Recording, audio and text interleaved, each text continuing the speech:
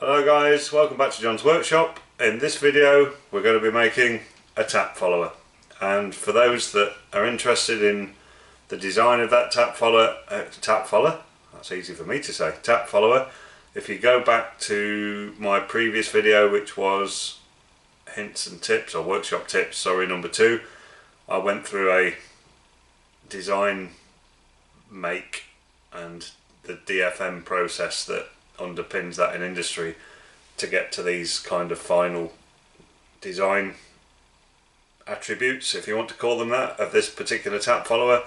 So in this video we're going to carry on from there and actually go ahead and make the unit. So I'll join you at the lathe just shortly and we'll start the manufacture. Okay guys, we've given the lathe a good clean down, which it was desperately needing, and we're going to start with the main body of the tap follower. So this is a piece of 304 stainless steel, 16mm diameter. Just going to load that up into the chuck.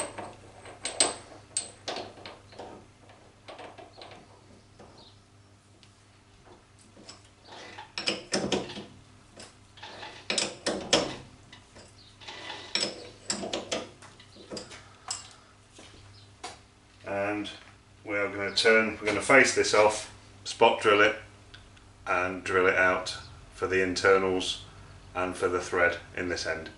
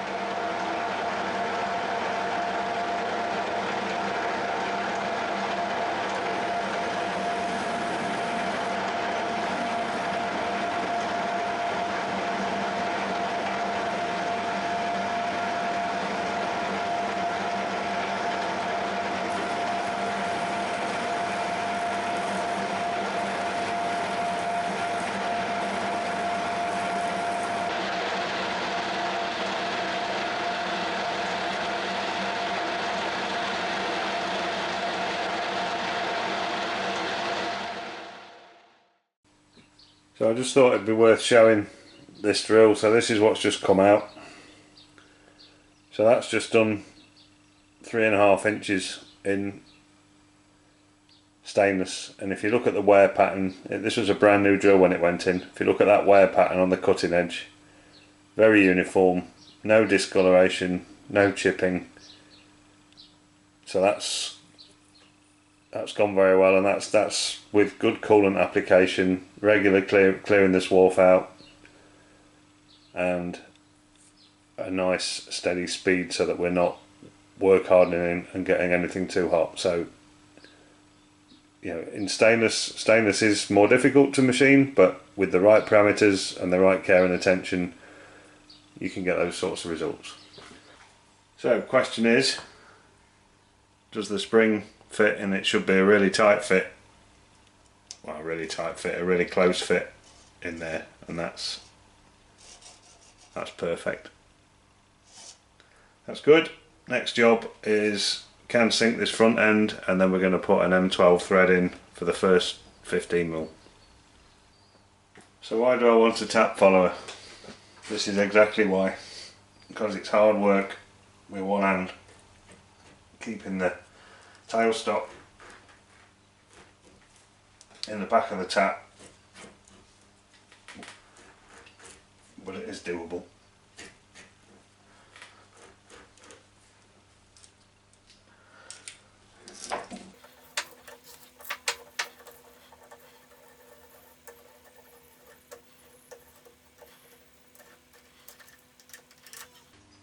So we just turn that round in the chuck. We're just going to take a light facing cut off this end to square it up, and then we'll take it out, measure the length, put it back in, and then finish it to final length.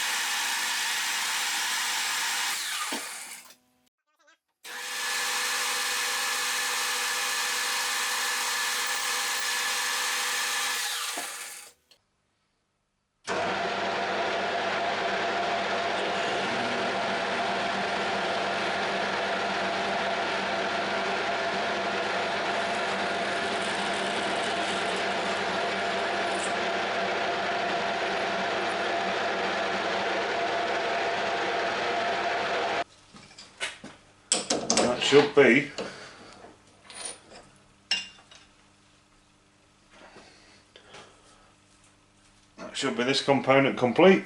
Just give it a quick wipe, make sure we've not got any nasty horrible marks on the OD from the chuck jaws.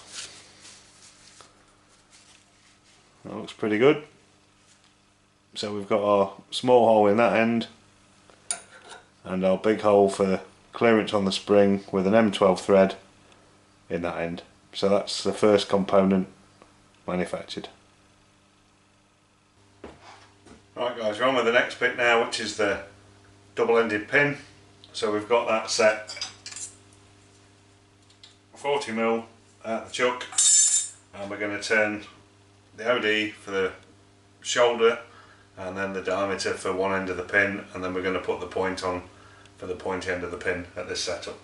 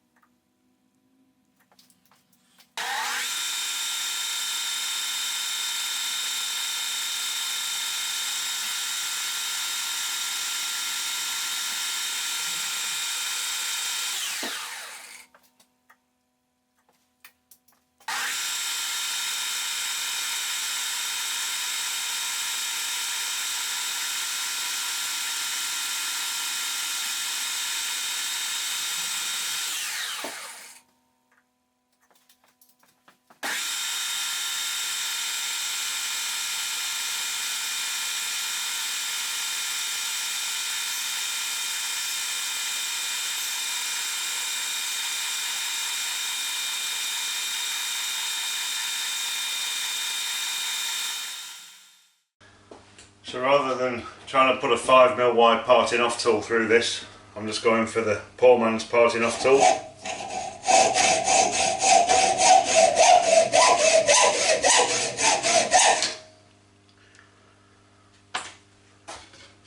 If you're ever doing that on a lathe, stick a bit of wood across the bed, so if you slip through, you don't do any damage to your bed.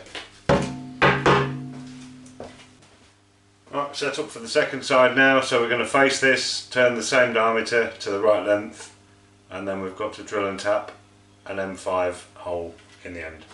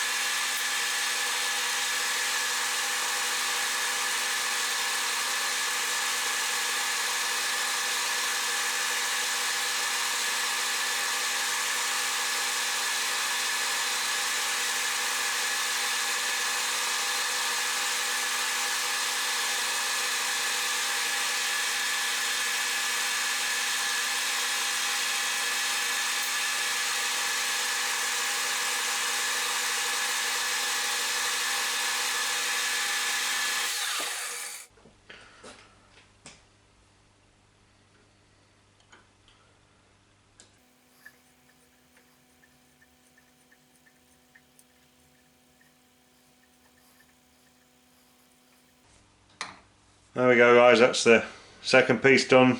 So that's the double-ended bit, M5 thread in that end, point on that end, and if I now get the original piece we made, hopefully that should drop in there. The spring should go in behind it, and obviously I've still to make the bung for this end, but even without the bung I'm just up against my thumb. Now we've already got spring pressure there, and that's that orientation. Put it in the other way round, spring back in behind it, and then obviously this is where my cut piece will screw onto the end of here to support the back of the taps that don't have a centre in. So that's looking good. We'll now move on to we'll make this cut piece next I think, and then the final piece we'll make will be the back end. Alright, on to the third piece, which will be the cut piece for the taps that don't have a centre dot in the back of them. So we're just going to get on and machine an 11, no sorry, we're going to go bigger than 11, probably going to go 14mm diameter OD, so slight change to the design on the board, and then we're going to machine the cup shape into the end of it. So we'll do that now.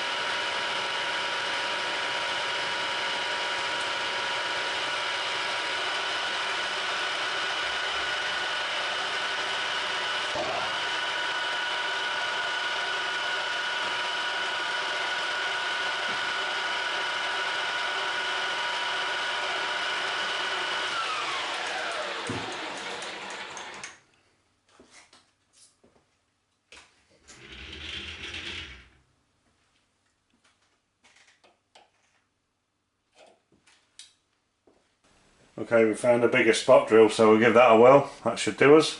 We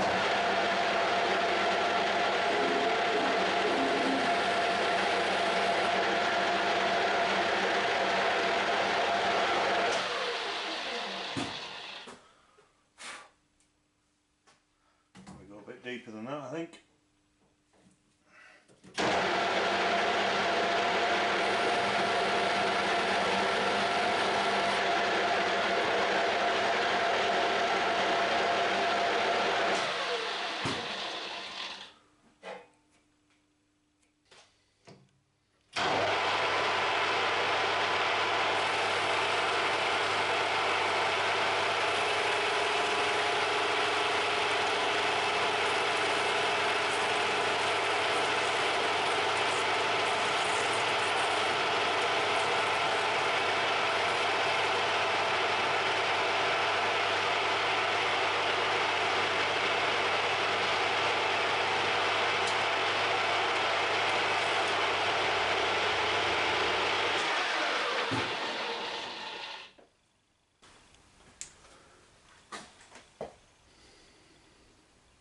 There we go, that's got our cup shape cone.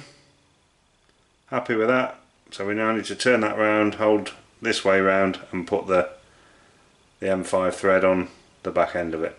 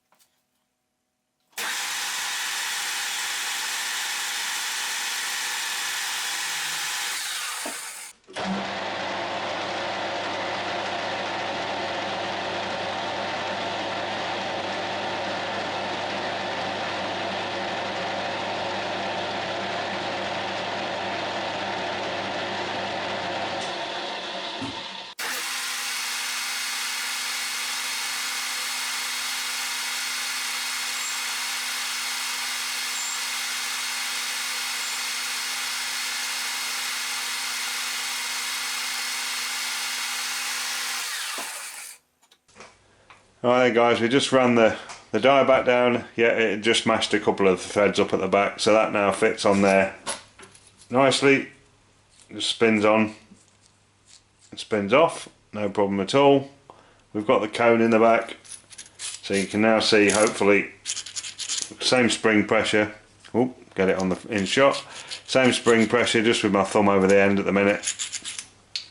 And it doesn't matter whether the back of the tap's got, you know, a sharp point on like this one, or whether it's just got, you know, the smallest hint of a sort of chamfer at the back.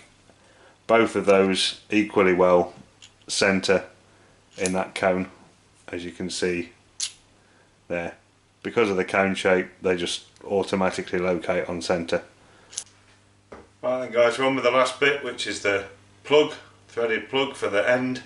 So with same bit of steel back in the chuck, and we're just going to turn the diameter for the M12, the spigot diameter for the spring to be captive on, and then we'll thread M12, and we'll also be turning the OD as well.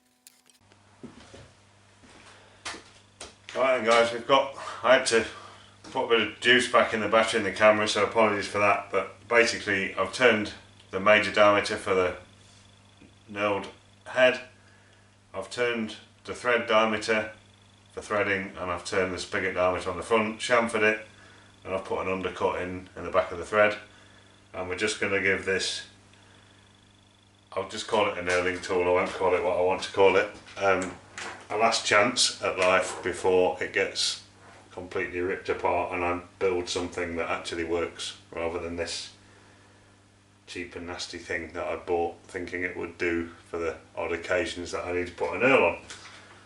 So we'll give it a shot and see what happens.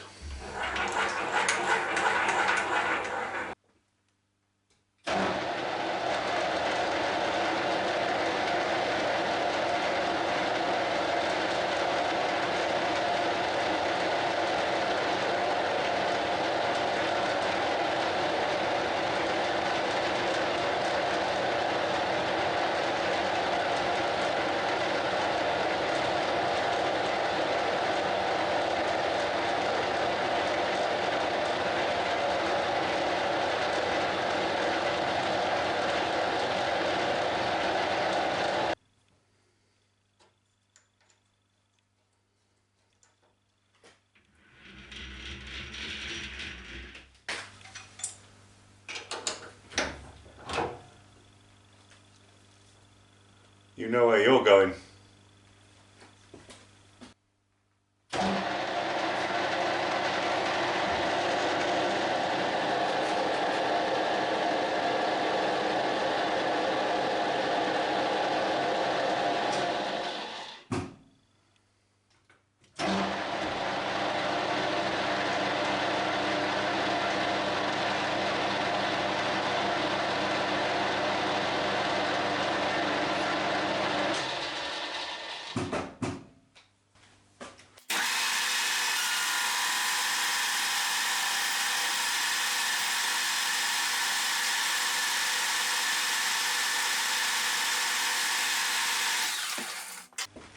Alright guys, we've spun that round, we're back in the chuck, and we've got a split nut with a hacksaw slot through it that gives it enough scope to nip up tight onto the threads, and hopefully that should be just about good enough to gently face this off and drill and tap for M5. So we'll give that a go.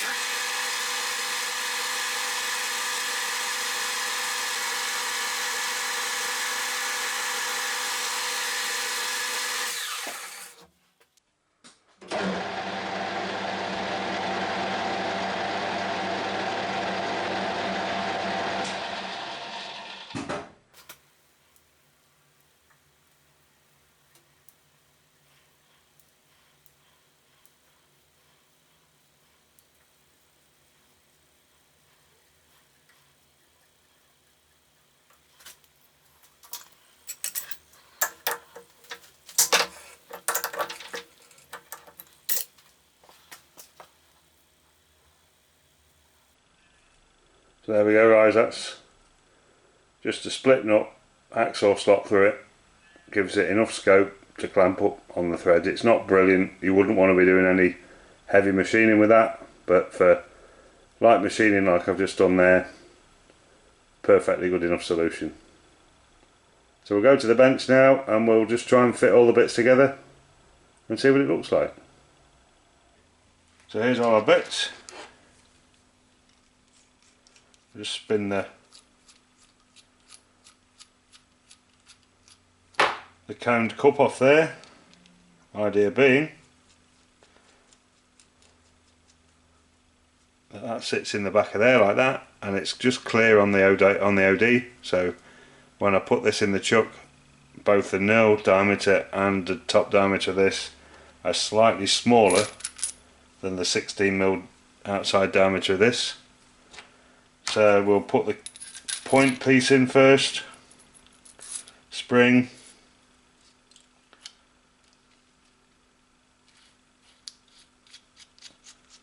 screw that back into there,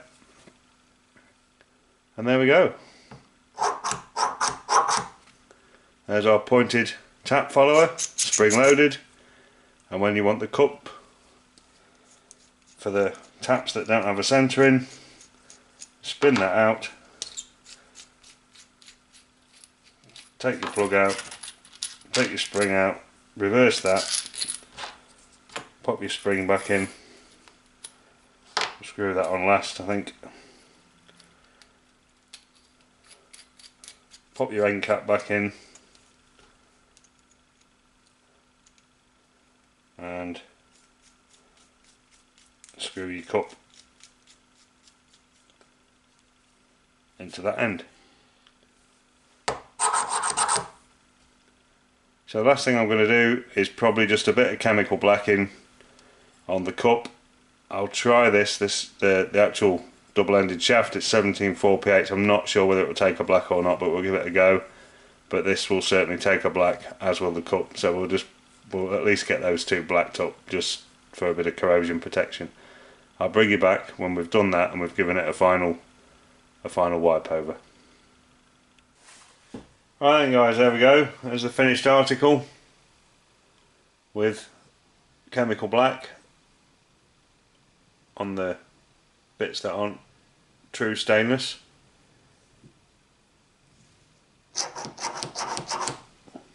Just the job.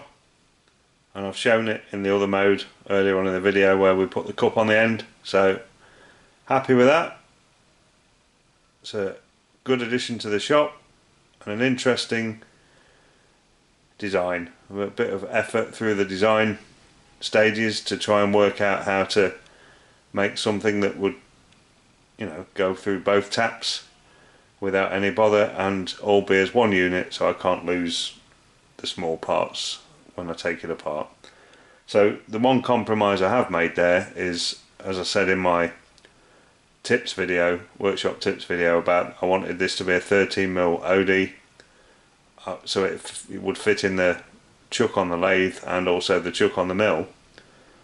I'm going to be using this more on the mill than I am on the lathe, if I'm honest, and the chuck on the lathe will go out to 16mm, so that's just the diameter of this OD, so this will fit in the mill no problem at all. It won't fit in the lathe, in the Jacobs chuck on the lathe at the moment, but I've a plan at some point in the future to change that Jacobs chuck out for a chuck like the one I use on the mill, you know, a quick release, not a quick release, a keyless chuck, that's the word I was looking for. So, but what I may even do is make another adapter for my tailstock die holder to be able to hold this in the end of the tailstock die holder as well, potentially. So that's another option for the lathe. So it will need a bit of work for the lathe, but that's not a problem. The next job I need to do now is I need to make some tap wrenches. So my tap wrenches are, well, I've got 2 or 3 and they're all cheap and nasty, horrible import quality things. They get you by just about, but they're absolutely rubbish. So out of this, I've got some of this stainless bar left. I'm going to make myself 2 or 3 tap wrenches, and they'll be slightly special in the fact that they will work with this And where the the pointy end is not a problem, but where I've got the cup on, that will obliterate most of the square on the end of the tap if it's a small tap. So I need some tap wrenches that will hold on the shank a little bit further down the tap. And again, I'm going to copy good old Joe Piesinski. He's made some really nice tap wrenches out of stainless, and I'm going to copy his design because I think it's a really good design. So that will be a future video to work in tandem with this unit. So I hope that's been interesting. I hope you've found that an interesting video, following that through the design process, bit of a touch on the DFM process, and then into the manufacture process to make that. So we'll catch you all very soon on another video when we'll be into making something else, and just finish off by thanking all the subscribers, existing and new, for sticking with the channel and supporting the channel. And as I said, we'll catch you all very soon when we'll be into another manufacturing video making something else. Right, not the best setup in the world. We've got an M12 nut in the chuck and we've just screwed the part into the nut. For what I'm doing, very light turning and drilling and tapping for M5, that should be perfectly adequate. And it will obviously, I've just done that in finger tight. It will, if it needs to tighten itself anymore, it will do that against the pressure of the facing or the drilling, hopefully.